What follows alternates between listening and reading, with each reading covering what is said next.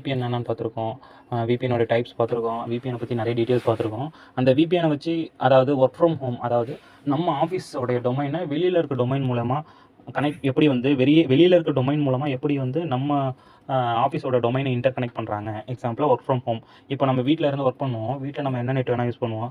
ஆனால் நம்ம ஆஃபீஸில் இருக்க நம்ம டொமைனை, நம்ம சர்வரை அக்சஸ் பண்ணுறதுக்கான மெத்தட் எனக்கு தெரிஞ்சு நான் பார்த்தது வரைக்கும் சொல்கிறேன். எனக்கு ஃபுல்லாக தெரியுமானா கண்டிப்பாக இல்லை. பட் ஆனால் ஓரளவுக்கு நான் தெரிஞ்சிருக்கேன். அதை தான் அவங்ககிட்ட ஷேர் பண்ணுறேன்.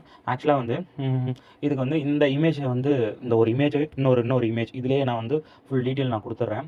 ஆக்சுவலாக இந்த செட்டப் பார்த்தாலே உங்களுக்கு தெரியும். SSL VPN சர்வர், அதாவது நம்ம ஆஃபீஸு, இன்னொரு சைடில் SSL VPN கிளைண்ட், அதாவது நம்ம வீட்லையோ இல்லைனா வெளியே அதர் டொமைன்லேருந்து யூஸ் பண்ணுறது தான் கிளைண்ட்.